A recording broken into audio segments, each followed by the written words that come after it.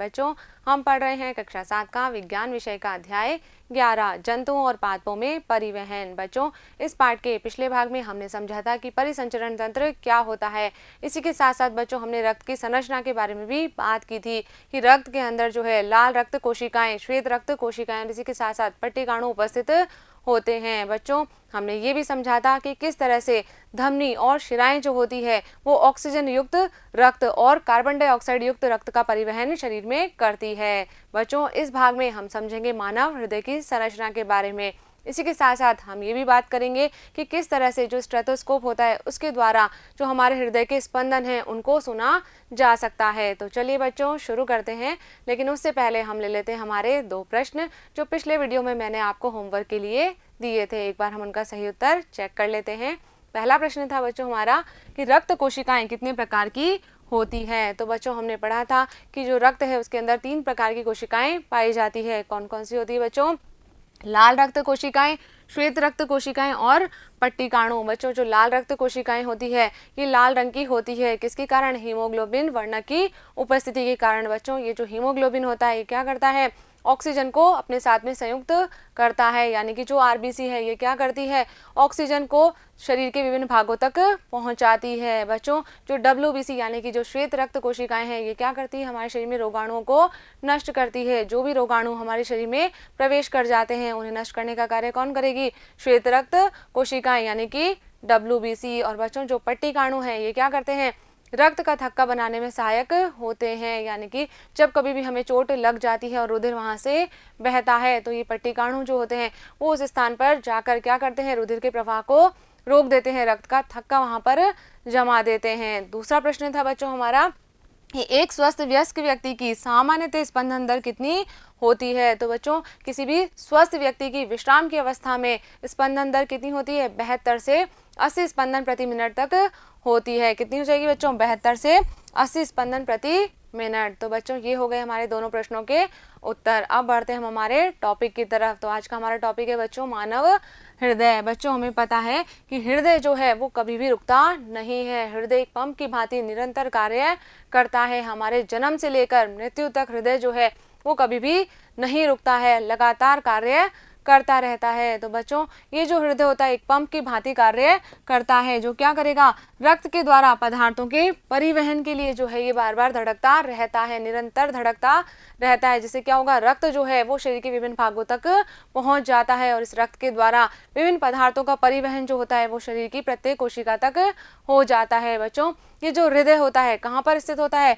वक्ष गुहा में स्थित होता है और इसका जो निचला सिरा है वो थोड़ा सा बाईं ओर झुका होता है। बच्चों, ये जो हृदय है इसका आमाप कितना होता है?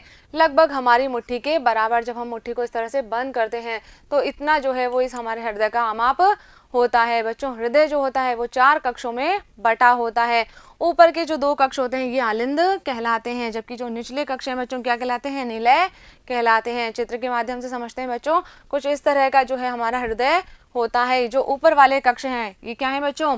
आलिंद है। ये बायां आलिंद है और ये दायां आलिंद है। और जो नीचे वाले कक्ष हैं क्या कहलाएंगे बच्चों? निलय कहलाते हैं। ये है बायां निलय और ये है बच्चों दायां निलय। अब बच्चों, ये जो नीचे वाले दोनों भाग हैं इनके बीच में एक विभाजन पट्टिका होती है, इस तरह से दिख रही है आपको। ये जो है इन दोनों कक्षों के बीच की विभाजन की दीवार है। ये क्या करती है बच्चों? जो हमारा ऑक्सीजन युक्त रुधिर है और जो कार्बन डाइऑक्साइड युक्त रुधिर है उन्हें परस्पर मिलने से रोकती है। विभाजन पट्टिका जो है वो दोनों तरह के रुधिर को मिलने नहीं देती है। चलिए आगे बढ़ते हैं बच्चों।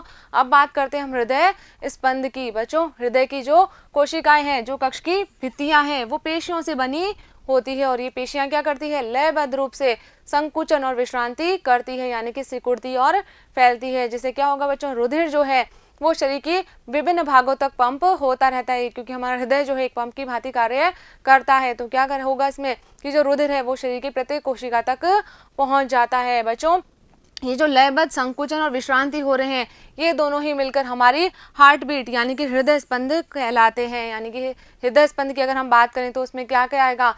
उसकी संकुचन और विश्रांति दोनों को ही सम्मिलित किया जाता है। बच्चों, हम जो है इस हृदय स्पंद को यानी कि हार्ट बीट को महसूस कर सकते हैं। किस तरह से करेंगे बच्चों?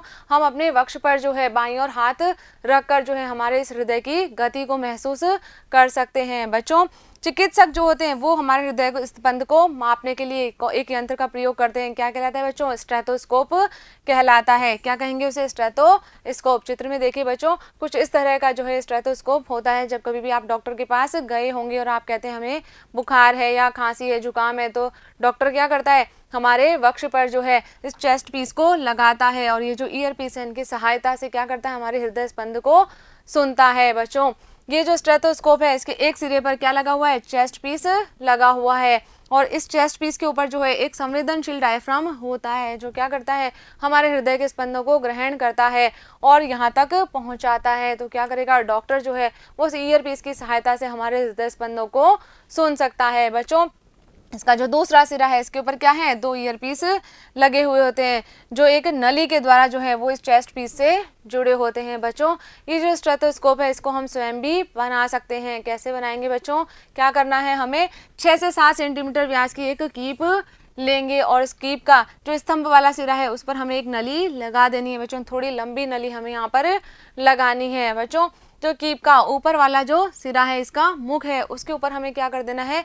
रबड़ की एक झिल्ली जो है उसे कसकर लगा देना है और एक रबड़ बैंड की सहायता से हम इसे जो है वो अच्छे से कस देंगे। बच्चों, यहाँ पर हम जो है गुब्बारे की जो झिल्ली है उसका प्रयोग भी कर सकते हैं। अब क्या करना है बच्चों कि जो रबड़ की नली है उसका जो मुक्त सिरा है यानी कि जो ये वाला सिरा है उसे हम अपने कान पर लगाएंगे और बच्चों जो कीप वाला भाग है उसे हम कहाँ लगाएंगे? अपने वक्ष पर लगाएंगे। वक्ष के निकट हम उसे रखेंगे। बच्चों, जब आप ध्यान से सुनेंगे तो आपको जो है कुछ स्पंद यहाँ पर सुनाई देंगे, कुछ धक धक की आवाज आपको सुनाई देगी। किसकी है बच्चों? ये जो ध्वनि है ये हमारे हृदय स्पंदों की है। बच्चों, हृदय के जो विभिन्न कक्ष होते हैं उनमें क्या होती है? लयबद्ध गति होती है जिससे क्या होगा? रक्त का परिसंचरण और पदार्थों का परिवहन जो होता है वो पूरे शरीर में होता रहता है। बच्चों, इसीलिए क्या है? ये जो लयबद्ध गति है ये बहुत ही आवश्यक है जिससे क्या होगा? रक्त जो है वो शरीर की प्रत्येक कोशिका तक पहुंच जाएगा। बच्चों, ये जो रक्त परिसंचरण है इसकी खोज किसने की थी? विलियम हार्वे ने की थी। बच्चों, ये जो है पेशे से एक चिकित्सक थे। चलिए आगे बढ़ते हैं बच्चों। चलिए बच्चों, ये तो हो गई मनुष्य में परिसंचरण तंत्र की बात। आगे हम बात कर रहे हैं कि जो स्पंज और हाइड्रा हैं उनमें परिसंचरण तंत्र किस प्रकार का होता है। बच्चों, जो स्पंज और हाइड्रा हैं इन जंतुओं के अंदर कोई भी परिसंचरण तंत्र नहीं पाया जाता है। तो इनके अंदर जो है गैसों का विनिमय या जो आवश्यक पदार्थ हैं उनका परिवहन किस प्रकार से होता है? बच्चों, किसके द्वारा होगा? जिस जल में ये रहते हैं वही जल क्या होता है? उनके शरीर में प्रवेश कर जाता है और भोजन और ऑक्सीजन की आपूर्ति भी इसी जल के माध्यम से हो जाती है। यानी कि इन्हें जो है किसी विशेष परिसंचरण तंत्र की आवश्यकता नहीं होती है। अब जल जो है वो इनके शरीर में प्रवेश कर गया तो जल जब बाहर निकलेगा तो क्या होगा बच्चों? अपने साथ में जो अपशिष्ट पदार्थ हैं और जो कार्बन डाइऑक्साइड गैस है उसे भी अपने साथ में बाहर निकाल लेता है। इसलिए बच्चों, इन्हें परिसंचरण के लिए रक्त जैसे किसी भी विशेष तरल की आवश्यकता नहीं होती है। जल के द्वारा ही क्या हो रहा है बच्चों? जैसे ही जल शरीर में प्रवेश कर रहा है तो ऑक्सीजन और जो भोजन है वो इनके शरीर में प्रवेश कर जाता है और जल जब बाहर निकलता है तो अपशिष्ट पदार्थ और जो कार्बन डाइऑक्साइड गैस है उसे भी अपने साथ बाहर निकाल देता है। तो इसीलिए विशेष परिसंचरण तंत्र की यहाँ पर आवश्यकता नहीं होती है। तो बच्चों, ये हो गया हाइड्रा और स्पंज में आवश्यक पदार्थों का परिवहन। चलिए बच्चों, यहाँ पर हमारा ये भाग कंप्लीट होता है। मुझे उम्मीद है कि इस वीडियो में हमने जो भी बातें की है वो आपको अच्छे से समझ में आ गई होगी और आपने इनको अपनी कॉपी में नोट भी कर लिया होगा। तो बच्चों, इस वीडियो पर आधारित मैं आपको 2 प्रश्न दे रही हूँ जिनके उत्तर आपको अपनी कॉपी में नोट करने हैं। पहला प्रश्न है बच्चों हमारा कि हृदय कितने कक्षों में बटा होता है और दूसरा प्रश्न है हृदय स्पंद को मापने के लिए किस यंत्र का प्रयोग किया जाता है। बच्चों, इन दोनों प्रश्नों के उत्तर आपको अपनी कॉपी में नोट करने हैं। मिलेंगे हम अगले वीडियो में इन दोनों प्रश्नों के उत्तर के साथ। तब तक आप पढ़ते रहिए, आगे बढ़ते रहिए।